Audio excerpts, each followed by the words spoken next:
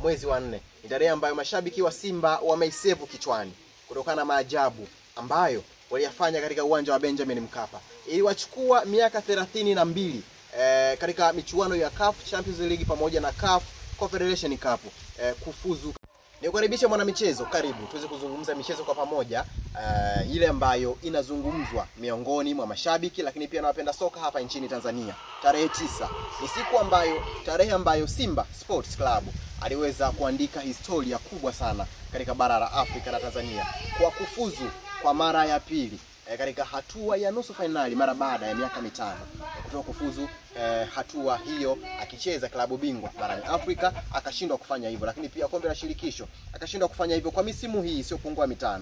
Sasa Simba anafuzu katika hatua ya nusu finali kibabe kabisa, akimtungua Al Masry ya pale nchini Egypt goli 2-0 zilizowafanya kwenda katika hatua ya mikwaju ya penalty.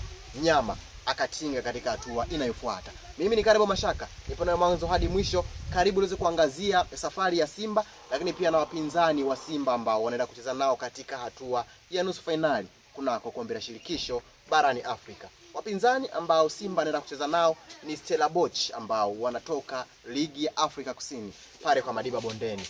Ni timu ambayo imequalify mara baada ya kuwatoa Zamalek, wapinzani wakubwa wa Al Ahly pale nchini Misri katika ligi kuu pale nchini Misri, wakitolewa kwa aggregate ya goli 1-0 na Stellenbosch ya pale Afrika Kusini. Historia inaonyesha kwamba Stellenbosch ndio mara yao ya kwanza kufuzu katika hatua ya nusu finali kunako michuano hii ya kombe la shirikisho barani Afrika. Anaenda kukutana na mnyama katika hatua hii. Rekodi zinasema hivi, kuanzia hatua ya group stage, hatua ya makundi, alikuwa katika kundi B Stellenbosch akiwa na vigogo ambao ni RS Berkane, akiwa na Stade Malien ya pale Abidjan ambapo ni Cote d'Ivoire, lakini pia akiwa na CD Lundassol ya kule Libya na Stellenbosch ambaye anatokea Afrika Kusini. Katika kundi hili B, Stellenbosch aliweza kufanikiwa kumaliza katika nafasi ya pili ambapo aliweza kuvuna alama 9 pekee, wakati RS Berkane akiwa ni kinara wa kundi hilo akiwa na alama 16. Wakati huo CD Lundassol akimaliza na alama 5 na Stade Malien yeye akimaliza nafasi ya mwisho kabisa kwa kundi na kuwafanya RS Berkane na Stellenbosch kufuzu katika hatua ya robo finali. Mara baada ya hapo Stellenbosch aliweza kucheza na Zamalek mtoano.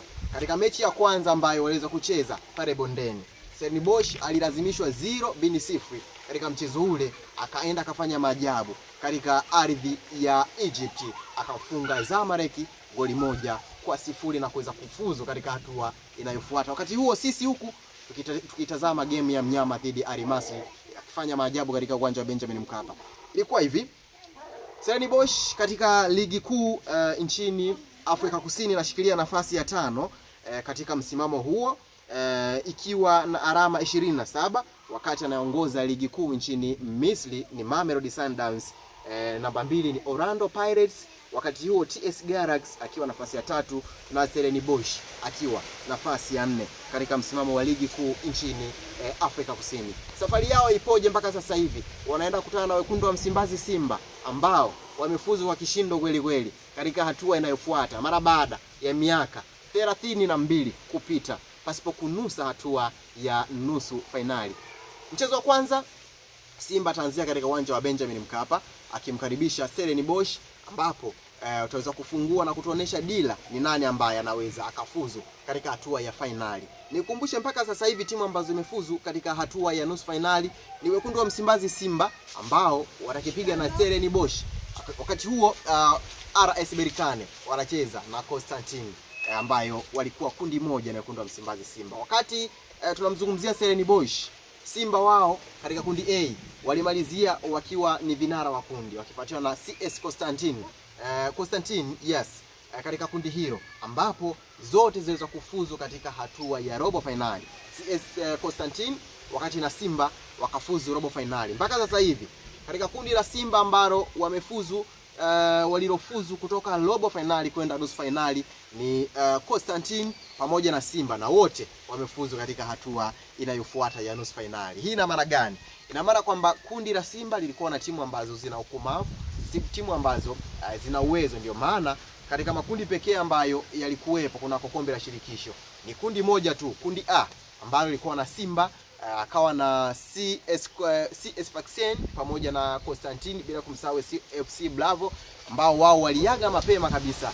Na safari hii tunaizungumzia Simba ambayo tayari imesha qualify katika hatua ya nusu finali.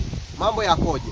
Ukiangalia rekodi zilivyo, Simba anaonekana kuwa bora sana kuliko Stellenbosch ya Afrika Kusini. Yawezekana ikawa ndio tiketi ya kwanza ya Simba kufuzu finali kunako michuano ya kombe la shirikisho barani Afrika.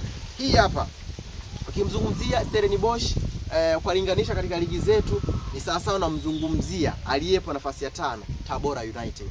Isipokuwa utofauti ni kwamba Tabora ligi yetu ya Tanzania na ligi ya South Africa au Afrika Kusini ubora vimetofautiana. So tunapokuwa tunazungumzia Stellenbosch ni timu ambayo ndo inajipambanua katika soka la Afrika Kusini, na wao ikiwa ndo mara ya kwanza kufuzu katika hatua ya nusu finali.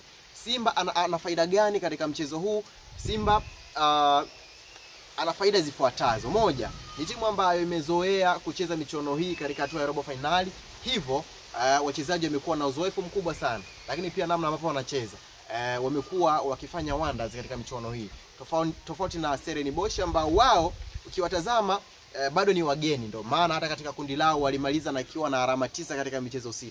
Tafasiri yake ni kwamba katika michezo 9 ambayo Stellenbosch alicheza katika kundi B, maana yake alishinda michezo 3 pekee, akipoteza michezo 3 pia. Hakuweza kuvuna alama 9 ambazo ziliwafanya wao wakamaliza nafasi ya pili mbele nyuma ya RS Berkane ambaye aliweza kuvuna alama 16 katika michezo yote 6. Tafsiri yake ni kwamba RS Berkane katika kundi B aliweza kushinda michezo 5 na kusuruhu mchezo mmoja na kuweza kuvuna alama 16. Wekundu wa Msimbazi mechi ya pili itaweza kuchezwa Bondeni, Afrika Kusini, ili kutafuta nani atakayefuzu katika hatua ya finali kati ya mshindi atakayepatikana Stellenbosch dhidi ya Simba, lakini na mshindi atakayepatikana baina ya Constantine na RS Berkane. Mnyama ni kama hivi analiona kombe kwa pale mbele. Fadil Davis ni yeye sasa kuweza kuweka mipango yake sawa na kuweza kuhakikisha historia mpya inaandika. Yawezekana tukashuhudia kile ambacho walikifanya watani zao Young Africans katika msimu juzi kunako kombe la shirikisho, Wekundu wa Msimbazi wakakifanya kama jinsi inavyoonekana picha halisi. Stellenbosch katika ligi yao wamecheza michezo 22 wakiwa wameshinda michezo 9, lakini wamedraw michezo 7, wameweza kupoteza michezo 8, na katika magoli ya kufungwa wanaonekana sio wabaya sana. Wana magoli chanya 10 katika msimamo wa ligi kuu nchini Afrika Kusini. Wakati huo Simba wao katika ligi ya hapa Tanzania wapo nafasi ya pili, wakiwa ndo timu ya kwanza kuwa ndo timu pekee ambayo haijaruhusu magoli mengi katika safu ya ulinzi ya Simba Sports Club. Sasa mpaka sasa hivi Wekundu wa Msimbazi Simba Sports Club wamejitengenezea himaya. Himaya gani? Mara baada ya kufuzu katika hatua ya nusu finali, klabu ya Simba imepanda katika rankings za FIFA za vilabu barani Afrika. Imetoka kuwa namba 6 rasmi, Wekundu wa Msimbazi wapo nafasi ya 4. Tusubiri tuone kama Simba atafuzu katika hatua inayofuata kucheza finali.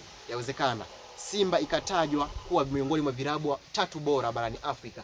Kwa sasa tubaki hapa. Nikwambie tu kwamba kama hujasubscribe channel hii, subscribe uweze kupata taarifa zote za kimichezo ambazo zinapatikana.